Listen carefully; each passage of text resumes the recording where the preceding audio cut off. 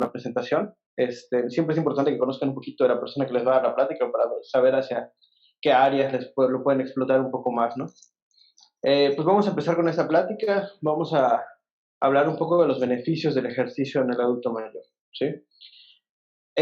Yo no tengo problema alguno con que si alguien quiere interrumpir, prenda su micrófono, haga la pregunta, o sea, con toda confianza, lo podemos manejar de esa forma, así que no se preocupen. Pues bueno, empezamos a platicar que uno de los beneficios que vamos a encontrar en el adulto mayor que realiza ejercicio o actividad física va a ser que vamos a encontrar cambios en la composición corporal. Estos cambios se van a dar de manera paulatina, obviamente, ¿no? Conforme va pasando el tiempo y el adulto mayor va cronificando la forma en la que hace ejercicio, ¿no? Uno de los primeros cambios que tenemos es que cambia o aumenta la masa magra, es decir, la cantidad de masa muscular va a aumentar. Eso tiene muchos beneficios de los cuales vamos a estar platicando durante toda la charla del día de hoy. Pero es uno de los mitos que hay normalmente, ¿no? Mucha gente piensa que el adulto mayor ya no puede fortalecer, ya no puede hipertrofiar, y eso no es así, ¿no? La realidad es que con una dosificación adecuada se puede trabajar perfectamente ese aumento de la masa muscular, ¿sí? Otro de los cambios que vamos a presentar va a ser disminución de la masa grasa. El hecho de que disminuya la cantidad de grasa que hay en el cuerpo, pues bueno, evidentemente va a ayudar a cambiar el rumbo de determinadas patologías que se puedan presentar en el adulto mayor, ¿sí? Sobre todo de origen metabólico, ¿sí? Como pudiera ser hipertensión, diabetes, dislipidemias, entre muchos otros, ¿no? Otro cambio que se va a originar van a ser cambios en la densidad mineral. Un poquito más adelante vamos a platicar igual más a fondo de eso, pero vamos a ver que el fortalecimiento muscular puede convertirse como un tratamiento coadyuvante para el manejo de la osteoporosis. No estamos hablando de que va a suplir la medicación, ni que solo con el ejercicio podamos sacar a un paciente de un estadio de osteoporosis a osteopenia y demás, ¿no? Pero sí va a ayudar. Muchos de ustedes recordarán que durante su formación en la licenciatura, cuando teníamos las clases de fisiología, seguro que les platicaron de la ley de Wolf. ¿Alguien puede contarme qué es la ley de Wolf? Así rapidito, prende su micrófono y qué opinas.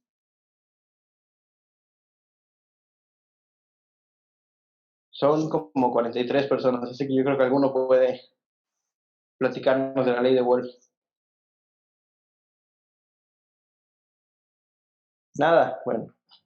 La ley de Wolf nos va a indicar que la densidad mineral de un hueso va a estar relacionada directamente con la carga ténsil que se le aplique a este mismo. Es decir, si nosotros tenemos un paciente que hace ejercicio, que mantiene una masa muscular adecuada, esa masa muscular va a generar una carga sobre el hueso, un estímulo sobre el propio hueso, haciendo que la actividad osteoblástica se mantenga estimulada y que mantengamos una densidad mineral hasta determinado nivel.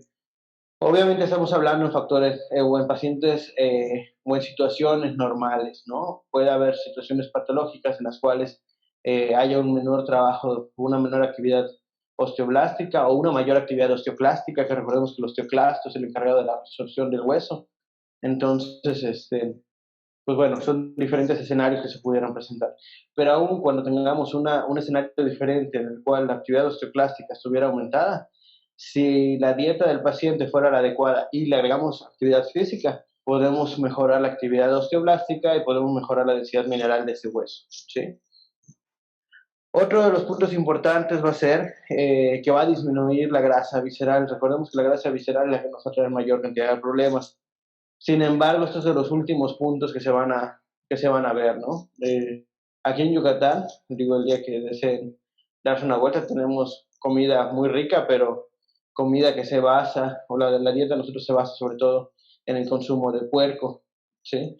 Entonces, evidentemente se ha demostrado que la población aquí en Yucatán, un porcentaje importante tiene hígado graso, por ejemplo, y eso es grasa a nivel visceral, ¿sí? Para poder disminuir esa cantidad de grasa que se presenta rodeando una víscera, se requiere de un periodo muy prolongado de ejercicio, ¿sí? Digo, entonces, sí va a haber un cambio, sí se puede llegar a eso, pero se va a dar en tiempo largo, ¿no? Pues bueno, si seguimos platicando de los beneficios que vamos a encontrar, vamos a ver también que va a haber una mejora en las capacidades físicas. Igual, si recordamos las clases, vamos a recordar que las capacidades se van a dividir en coordinativas e incondicionales. Y la capacidad física sabemos que es completamente entrenable, ¿sí? Es decir, nosotros podemos mejorar el equilibrio, podemos mejorar la fuerza, podemos mejorar la resistencia y podemos mejorar la flexibilidad, ¿sí? Por medio de un entrenamiento específico enfocado hacia esas diferentes capacidades. Y también sabemos que se relaciona al 100% con la calidad de vida del paciente. Un paciente con problemas de equilibrio evidentemente tiene un deterioro de la calidad de vida, porque simplemente no va a poder ni siquiera ir al baño solo. Va a requerir de un cuidador para poder trasladarse al baño, para poder vestirse, ¿sí? Entonces, si nosotros trabajamos estas capacidades físicas dentro de nuestros programas de entrenamiento, pues evidentemente vamos a trabajar directamente igual sobre la calidad de vida, ¿sí? Y lo mismo pasa si nos ponemos a pensar en cualquiera de las otras capacidades que les pongo en la pantalla, ¿no? En fuerza, en resistencia, en flexibilidad. Si alguna de ellas se ve alterada, afecta directamente la calidad de vida. También el ejercicio va a repercutir en la autonomía del adulto mayor. Sabemos que hay una relación directa entre el consumo máximo de oxígeno y la autonomía. Es decir, adultos mayores con mayores consumos de oxígeno son adultos mayores que tienen una mayor autonomía. También recordemos que el consumo máximo de oxígeno, pues bueno, es un predictor de una capacidad física aeróbica. Entonces, pues nos va a estar hablando de un paciente que tenga una mejor capacidad física aeróbica, ¿no? Aquí tiene mucho que ver con el aspecto social y familiar, ¿no? Hay muchos adultos mayores que quieren mantenerse activos, que dicen, pues voy a ir a la tiendita a comprar mis tortillas, ¿no? Y enseguida sale la familia y dice, no, es que te puedes caer. Y no vayas, y no hagas esto, y no hagas lo otro.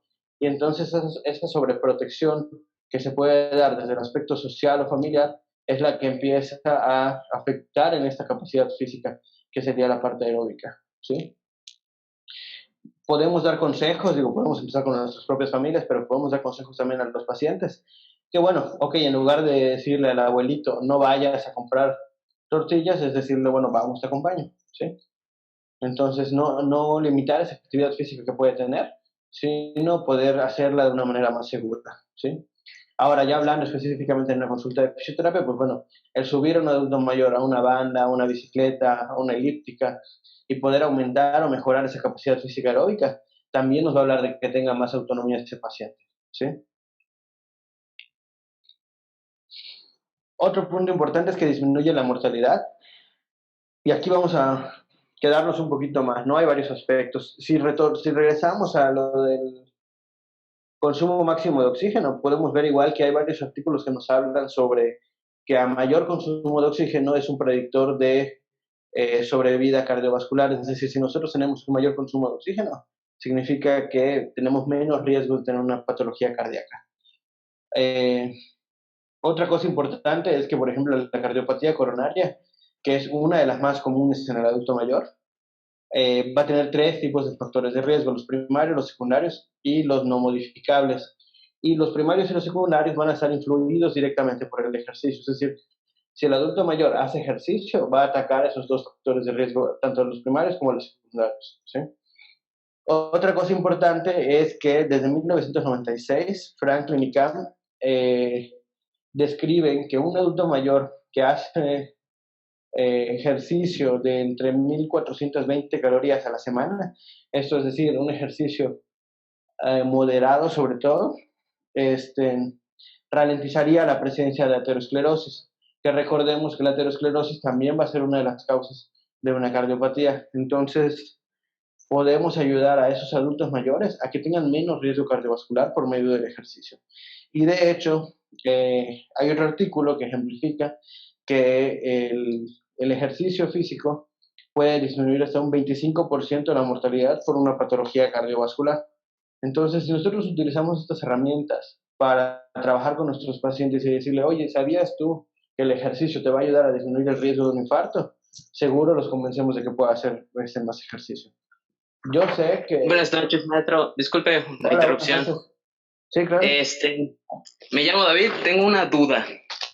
Sí. Mi duda es, he estado leyendo sobre cuestiones del ejercicio, los beneficios para los adultos mayores, justamente porque tengo un trabajo para hacer, en el que menciona o leí que menciona en un artículo sobre el acumulamiento del ejercicio, que los adultos mayores pueden acumular pues la cantidad o el tiempo de ejercicio, pero no en un tiempo corto, sino en un tiempo prolongado, por así decirlo. Más o menos tengo una duda sobre cómo es que se va acumulando el ejercicio en esta situación. Ok, primero, hay dos respuestas a tu pregunta, ¿no? La pregunta es buena. Primero, la Organización Mundial de la Salud nos dice que el adulto mayor, bueno, el adulto en general, pero el adulto mayor también, debe de hacer 150 minutos de ejercicio moderado. No habla de una división o segmentación de este ejercicio.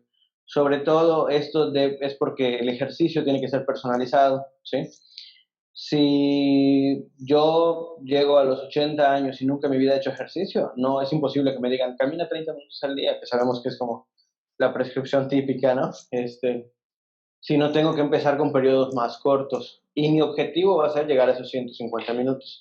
Entonces, si yo hago periodos más cortos, si hago periodos de 15 minutos en las mañanas y 15 minutos en las tardes, y voy logrando llegar a esos 150 minutos, pues bueno, de esa forma se va a ir acumulando. Sin embargo, el decir que no puedes hacer periodos cortos de alta intensidad o que no puedes decir que puedes hacer periodos largos de moderada intensidad, también sería caer en un error, ¿no?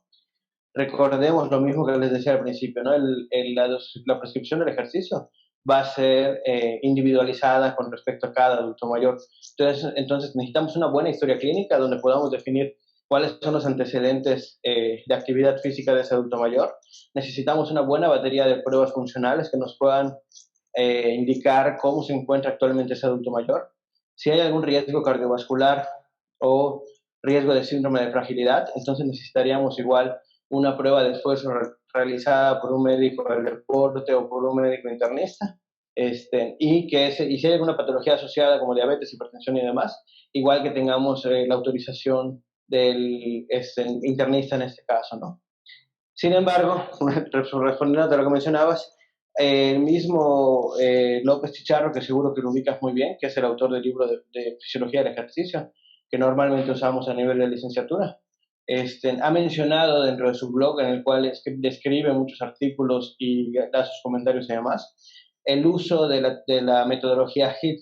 No sé si estás asociado con ella, pero la metodología HIIT es el de High Intensity Training, en adultos mayores inclusive. Entonces, no podemos decir que un adulto mayor no pueda hacer periodos largos de ejercicio, ni podemos decir que el adulto mayor no pueda hacer periodos cortos de alta intensidad.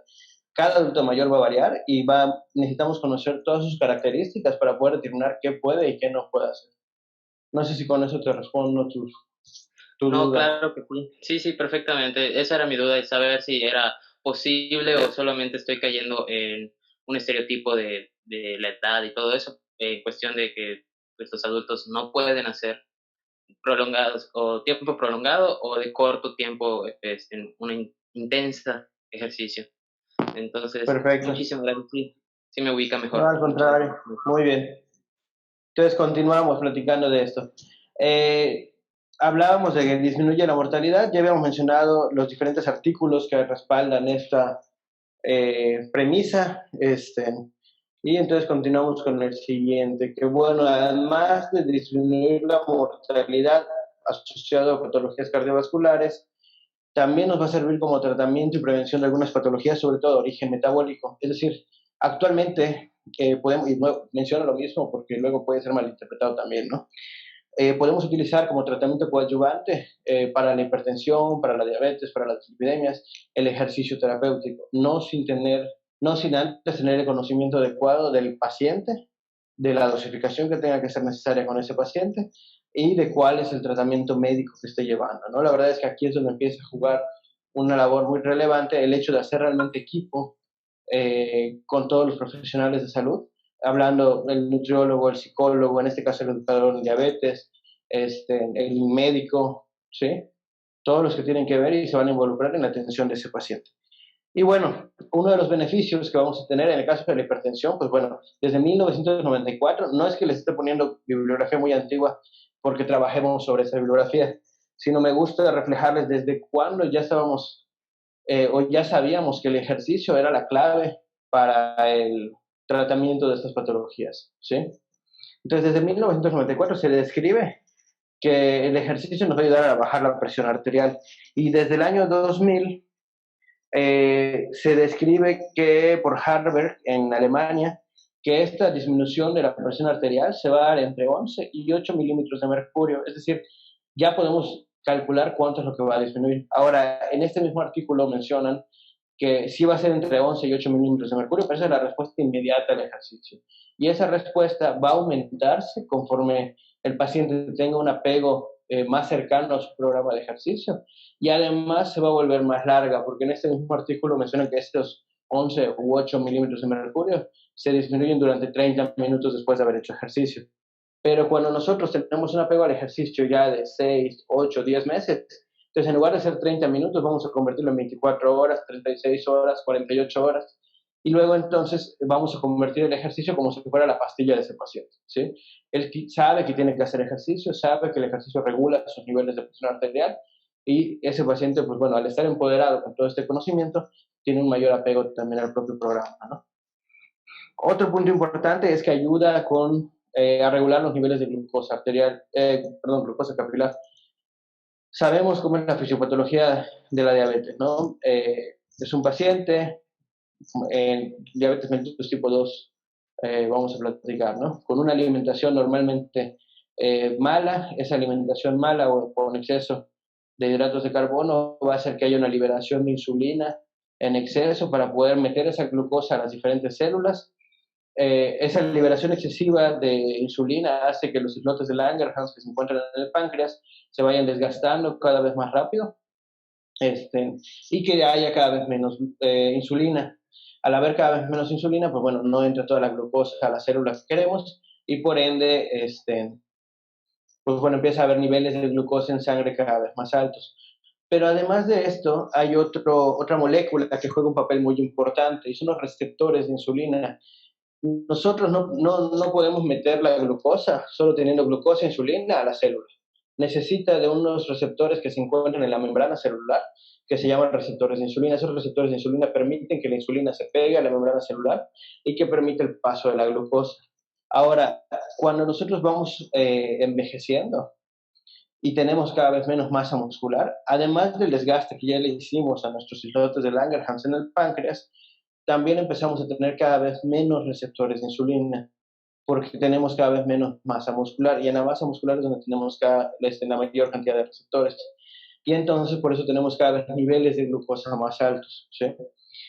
Si nosotros a un paciente adulto mayor lo ponemos a hacer ejercicio aeróbico o ejercicio de fuerza muscular, ¿cuál es el que creen que le va a ayudar más a este paciente? ¿Alguien que opine? Así rapidísimo, no hay respuestas buenas ni malas. Aeróbico. Pregunta, por favor. Sí, ¿qué ejercicio le va a ayudar más a tu paciente con diabetes mellitus? ¿El ejercicio de fuerza, o sea, ponerlo a levantar pesas? ¿O ponerlo a hacer ejercicio aeróbico, bicicleta? Aeróbico. Aeróbico. Fuerza muscular. Ok. La realidad es que no hay, es lo que les decía, no hay respuesta buena ni respuesta mala.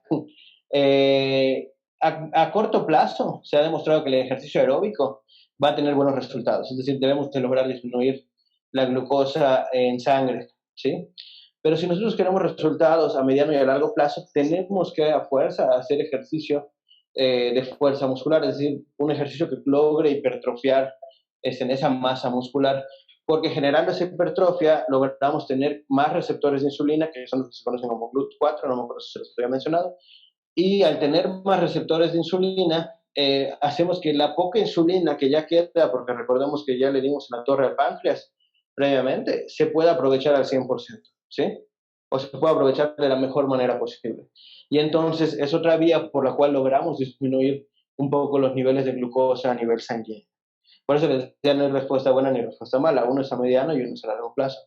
Pero aquí les traigo otra pregunta. Si yo hago ejercicio, soy un paciente con diabetes, y ya vi esta charla, me emocioné y fui al parque a hacer ejercicio. ¿Qué debe de ocurrir? ¿Mi glucosa debe subir o debe de bajar?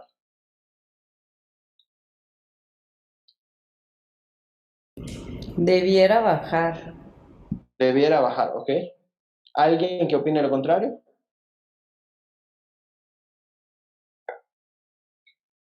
Bueno, vamos a trabajar con esto. Debiera bajar, sí. Nada más la característica es que les dije que yo era un paciente, que no hago nada de ejercicio, que vi la charla y me emocioné y fui al parque. Hay una cosa que se conoce una hiperglucemia inducida por el ejercicio, y es que cuando el paciente empieza a hacer ejercicio, si nosotros lo ponemos a una intensidad más alta de la que puede tolerar, es decir, aquí cuenta nuevamente lo que decíamos al principio, hay que conocer muy bien al paciente, ¿sí? Se va a generar una hiperglucemia. ¿Por qué? Porque lo ponemos a hacer ejercicio y vamos a consumir todas las reservas de glucosa que tenemos a nivel muscular. Y cuando se acaban esas reservas que tenemos, entonces empezamos a liberar el glucógeno que teníamos a nivel hepático como una reserva. ¿Sí? Al liberar ese glucógeno, pasa todo el proceso bioquímico que conocemos y llega a glucosa a nivel sanguíneo. Pero recordemos que nuestra insulina bueno, su páncreas no tiene la capacidad de producir insulina suficiente y tampoco tenemos receptores de insulina suficientes porque es un paciente que está empezando a hacer ejercicio. Esto nos indica que cuando tenemos pacientes que están empezando a hacer ejercicio, tenemos que tener mucho cuidado de no llevarlos a una hiperglucemia, ¿sí? Por lo cual el fisio tiene que andar con su glucómetro todo el tiempo mientras el paciente esté en los primeros estadios para estar verificando que no tenga picos de hiperglucemia, ¿sí? Y eso es muy, muy importante. Oye, disculpa, ¿nos los puedes explicar otra vez eso, pero con manzanitas? Sí me interesa mucho y no le entendí por qué la hiperglucemia si no tienen, por la inactividad, no lo entiendo. Sí, sí, sí. Eh, a ver, vamos a proceder. Y imagínate el paciente que no tiene, que no, es un paciente sedentario con diabetes. Si nosotros recordamos la fisiopatología, el paciente con diabetes, su páncreas no trabaja adecuadamente, no libera la insulina, ¿sí? Y además es un paciente sedentario, ya lo habíamos mencionado, luego entonces su masa muscular seguro que está en un proceso de decremento, o sea, es decir, tiene menos masa muscular, tiene un proceso de hipotrofia, perdón, y entonces al tener menos masa muscular también tiene menos receptores de insulina. Entonces, el paciente está hecho bolas metabólicamente, este paciente que estamos platicando. Si lo ponemos a hacer ejercicio con un nivel de intensidad moderado, podemos lograr que los niveles de glucosa se vayan regulando. ¿Por qué? Porque el cuerpo va a tener cierta capacidad de meter la glucosa que tenemos en la sangre hacia las células dianas, es decir, a los diferentes lugares donde tendría que llegar, a los músculos, a donde tenga que llegar, ¿sí? Pero si nosotros hacemos un ejercicio de alta intensidad, en este paciente que ya platicamos que es un desastre metabólico, eh, vamos a acabar con las reservas que tenemos a nivel muscular y entonces pasamos a nuestro siguiente sistema energético.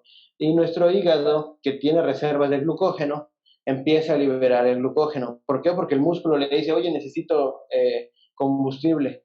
Está bien, dice el hígado, te lo mando. Y le manda ese glucógeno que se convierte en glucosa por todo el proceso bioquímico, ¿no? Al convertirse en glucosa, llega a la sangre. El problema es que no tenemos insulina suficiente porque nuestro páncreas ya estaba dañado. Y además que los músculos no tienen suficientes receptores de insulina porque estábamos bajo un proceso de hipotrofia muscular, ¿sí?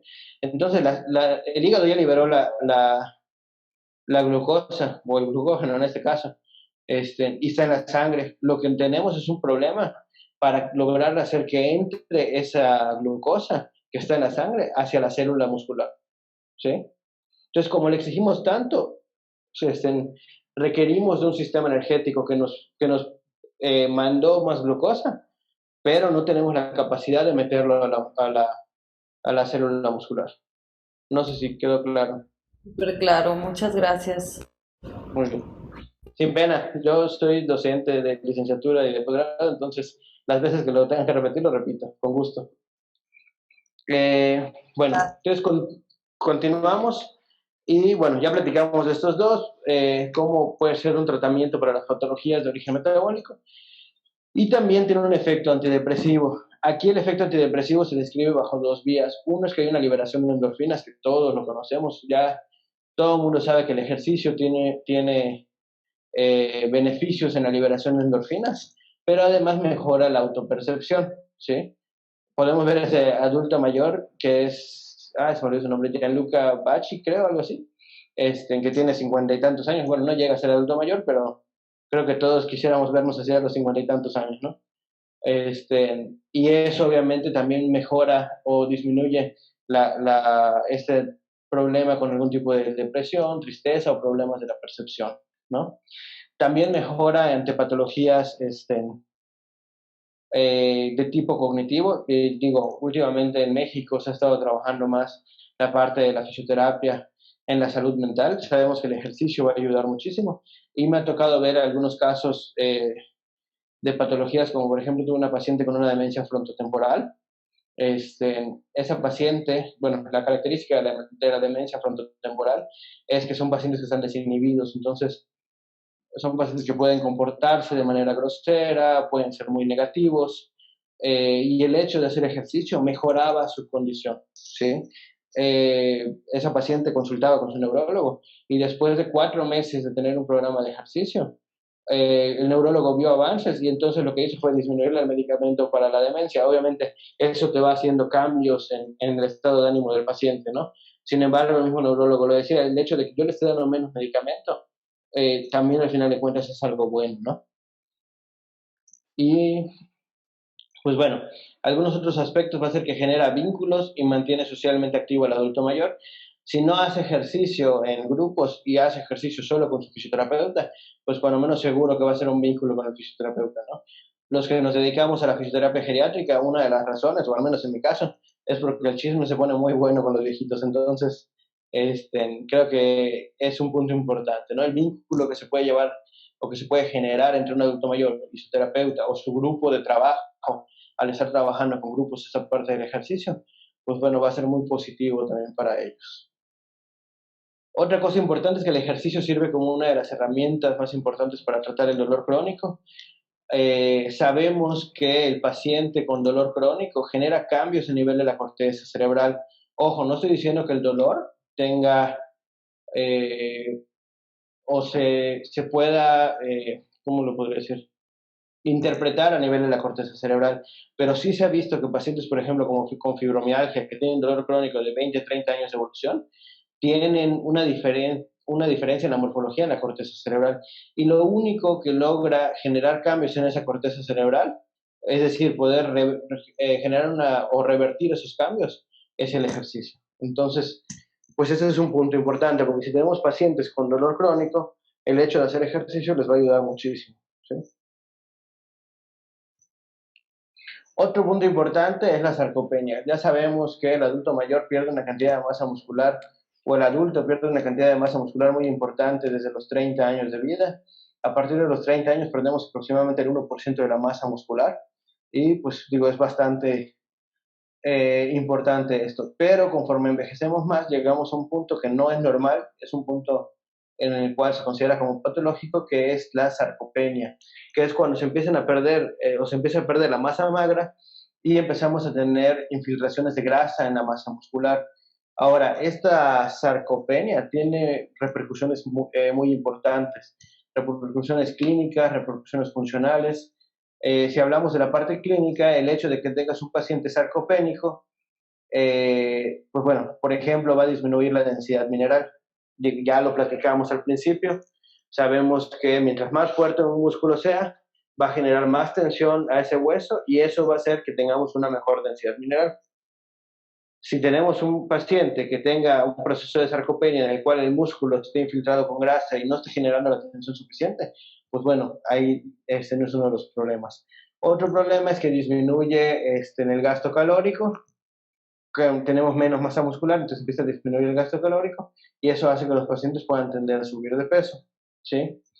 Otro problema es que va a disminuir la velocidad de la marcha y sabemos que hay varios artículos que nos hacen referencia a que a una menor velocidad de marcha tenemos un mayor riesgo de caída.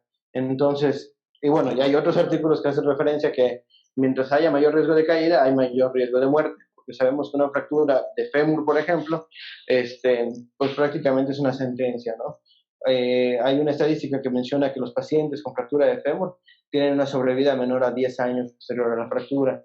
Entonces no queremos que llegue el paciente a eso. Entonces cuando detectamos un paciente con sarcopenia, tenemos que adelantarnos y pensar que es un paciente que tiene un riesgo de que tiene riesgo de disminuir la velocidad de la marcha, que tiene riesgo de caerse, que tiene riesgo de fracturarse, que tiene riesgo de morir. Entonces tenemos que adelantarnos a eso y por medio del ejercicio lograr aumentar esa masa muscular. De hecho, la OMS tiene un artículo muy bueno donde menciona que la única forma de revertir la sarcopenia es por medio del ejercicio de fuerza. Y luego entonces se considera que al paciente que se le recomienda solo caminar 30 minutos al día en el parque como un tipo de iatrogenia, es decir, estamos afectando su salud por no dar la recomendación adecuada, ¿sí?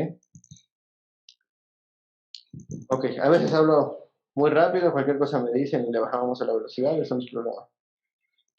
Finalmente, otro de los puntos importantes y que hace referencia a algo que ya habíamos platicado es que va a generar cambios en el estado de ánimo, ¿sí? El adulto mayor que hace ejercicio, pues bueno, por todos los cambios que tenemos a nivel cerebral, va a tener normalmente una visión más positiva de la vida y eso le va a ayudar también a tener un apego al propio ejercicio. Algo que yo siempre les comento que es muy importante, que ¿por qué el fisioterapeuta es el indicado para prescribir este ejercicio? Que bueno, la propia Organización Mundial de la Salud lo menciona en un apartado. Pero bueno, una de las razones por la cual el fisio es el indicado es porque tenemos que tener las herramientas para resolver cualquier dolencia que se pueda generar por el propio ejercicio. Y ahí muchos van a decir, ay, pero el ejercicio bien dosificado y bien ejecutado no va a doler. Claro, pero tienes a un adulto mayor que a lo mejor tiene 30 años que no realiza actividad física. Entonces es muy probable que cuando empecemos con nuestro programa de ejercicio surja algún dolor por ahí. Y es muy importante que tenga el fisioterapeuta para que lo respalde y podamos resolver cualquier patología, lesión o dolor que pueda surgir a raíz de este ejercicio. ¿Sí?